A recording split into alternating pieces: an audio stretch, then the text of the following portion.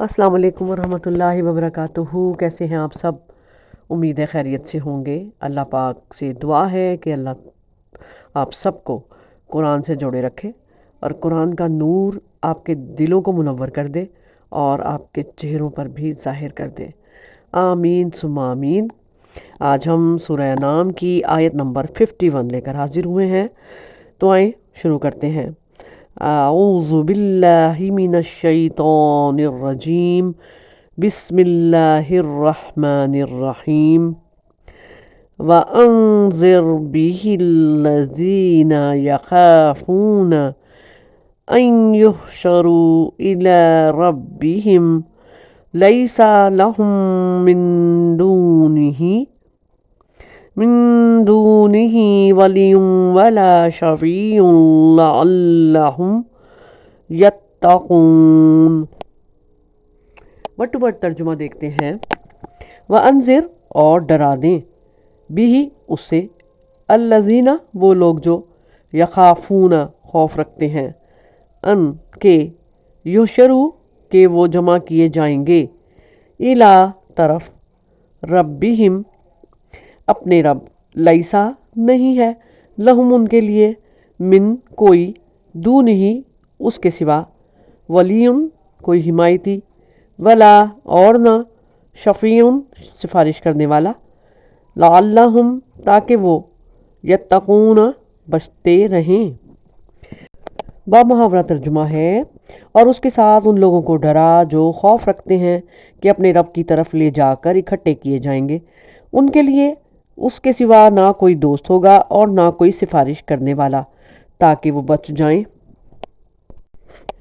तो फरमाया जा रहा है कि आप सब लोगों की हिदायत पाने की फ़िक्र ना करें। ए नबी सल्लल्लाहु अलैहि वसल्लम, जो लोग ईमान ला चुके हैं, रोज़ आखिरत पर यकीन रखते हैं और अल्लाह के हुजूर जवाबदेही के तसव्वुर और दोज़ख के अज़ाब से डरते हैं, उनका ज़रूर ख्याल रखिए और वही के अहकाम उन तक ज़रूर पहुँचाया कीजिए। और जो लोग रोज़ आखिरत पर यकीन तो रखते हैं मगर साथ ही ये इत्क़ाद भी रखते हैं कि वो बुज़ुर्गों की औलाद हैं या बुज़ुर्ग उनकी सिफारिश करके उन्हें बचा लेंगे, उन्हें ख़बरदार कीजिए कि उस दिन किसी की सिफारिश काम नहीं आएगी, ना हस्ब नस्ब और ना ही कोई करीबी से करीबी रिश्तेदार। लिहाजा अपने अपने अमाल की खुद फ़िक्र करनी है। यही उनके मुत्तकी बनने की सूरत है। और बाज़ मुफस्सिरीन ये कहते हैं कि इस आयत के मुखातिब मोमिन नहीं बल्कि काफिर हैं, क्योंकि यही लोग अल्लाह के यहाँ जाने से ज़्यादा डरते हैं, लिहाजा उन्हें डराने की ज़्यादा ज़रूरत है। इस मफ़हूम की भी इस आयत में गुंजाइश मौजूद है। तो यूँ समझेंगे अल्लाह ताला ने खबर दी थी कि मुशरिकीन बहरे, गूंगे और अंधे आदमी की मानिंद हैं, बल्कि मुर्दे हैं। यही वजह है कि उन्होंने रोज़े रोशन की तरह वाज़ेह निशानियों को देखा, लेकिन फिर भी उनसे कोई इबरत हासिल नहीं की, कोई सबक हासिल नहीं किया। अब अल्लाह ताला ने इस आयत में अपने नबी सल्लल्लाहु अलैहि वसल्लम को हुक्म दिया कि आप उन लोगों को तबलीग कीजिए जो अल्लाह की वही से मुतासिर और मुस्तफ़ीद होते हैं। दरअसल ये आयत जो है ना, मुशरिकीन के अकीदे की तरदीद करती है कि वो अपने देवताओं को अपना सिफारिशी समझते हैं, लिहाजा उससे हज़रत सल्लल्लाहु अलैहि वसल्लम की इस शफाअत की तरदीद नहीं होती जो आप सल्लल्लाहु अलैहि वसल्लम अल्लाह ताला की इजाज़त से मोमिनों के लिए करेंगे, क्योंकि दूसरी आयतों में मज़कूर है कि अल्लाह ताला की इजाज़त से शफाअत मुमकिन है। तमाम मुफस्सिरीन ने इस आयत का शान नज़ूल बयान करते हुए लिखा है कि अहले मक्का ने एक दिन आप सल्लल्लाहु अलैहि वसल्लम से ये मुतालबा किया कि हम आपकी महफ़िल में आने और आपकी बात समझने के लिए तैयार हैं, लेकिन शर्त यह है कि बिलाल, खबैब रज़ी अल्लाह ताला अन्हुम और इस किस्म के गरीब लोग हमारी आमद के वक्त आपकी महफ़िल में हमें नज़र नहीं आने चाहिए।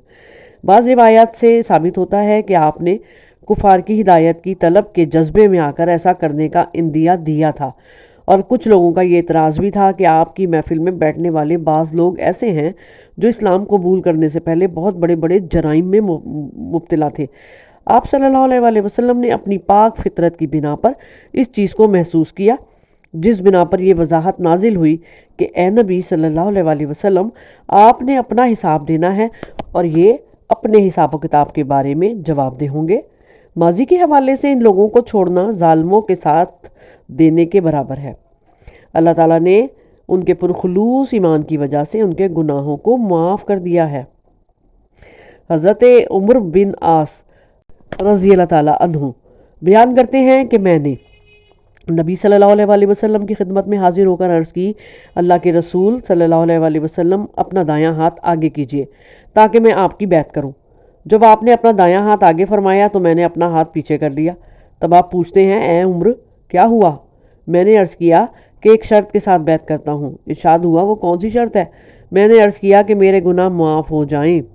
تو نبی صلی اللہ علیہ وآلہ وسلم نے فرمایا، عمر تو نہیں جانتا یقیناً اسلام پہلے گناہوں کو ختم کر دیتا ہے، اسی طرح ہجرت سے پہلے کے بھی گناہ ختم ہو جاتے ہیں، اور یقیناً حد سے بھی سابقہ غلطیاں معاف ہو جاتی ہیں۔ المختصر، پچھلی آیتوں میں پیغمبروں کے بارے میں بتایا گیا کہ وہ خوشخبری دینے والے ہوتے ہیں، یعنی مبشر ہوتے ہیں، منذر ہوتے ہیں، ڈرانے والے۔ اب اس آیت میں نبی صلی اللہ علیہ وآلہ وسلم کو ڈرانے کا حکم دیا گیا ہے، یعنی ڈرانے کا فائدہ انہی کو ہو سکتا ہے جنہیں دوبارہ زندہ ہو کر اللہ کے سامنے پیش ہونے کا خوف ہے، جہاں اللہ تعالیٰ کے سوا نہ کوئی ان کا حمایت کرنے والا ہوگا، نہ کوئی مددگار ہوگا، نہ کوئی سفارشی ہوگا۔ جو لوگ حشر اور قیامت کو مانتے ہی نہیں ہیں اور انکار پر اڑے ہوتے ہیں، انہیں آپ صلی اللہ علیہ وآلہ وسلم کے ڈرانے سے کوئی فائدہ نہیں ہوگا۔ سواء علیہم انذرتہم ام لم تنذرہم لا یؤمنون، بقرہ سورت کی آیت نمبر 6۔ ان پر برابر ہے خواہ تو انہیں ڈرائے یا نہ ڈرائے، ایمان نہیں لائیں گے۔ پھر اللہم یتقون کہا جا رہا ہے اس آیت میں، یعنی ان لوگوں کو ڈرانے کا یہ فائدہ ہوگا کہ آپ کے ڈرانے سے ان میں اللہ کا خوف اور زیادہ ہو جائے گا اور وہ گناہوں سے باز آ جائیں گے۔ اس آیت سے ان کافروں کا بھی رد ہوتا ہے جو کہ یہ گمان رکھتے تھے کہ ان کے معبود اور ٹھاکر وغیرہ اللہ تعالیٰ سے سفارش کر کے انہیں بچا لیں گے، اور جو لوگ یہ کہتے ہیں نا کہ بزرگ ہمارے بڑے نیک تھے تو وہ ہم کو بھی بچا لیں گے، انہی کی سفارش پر تکیہ کر کے بیٹھے ہوئے ہیں، تو ان کے لیے بھی یہاں پر بہت زیادہ عبرت ہے کہ وہ بے کھٹ کے گناہ پہ گناہ کر رہے ہیں۔ قیامت کے دن اللہ کے حکم کے بغیر کوئی سفارش نہیں چلے گی۔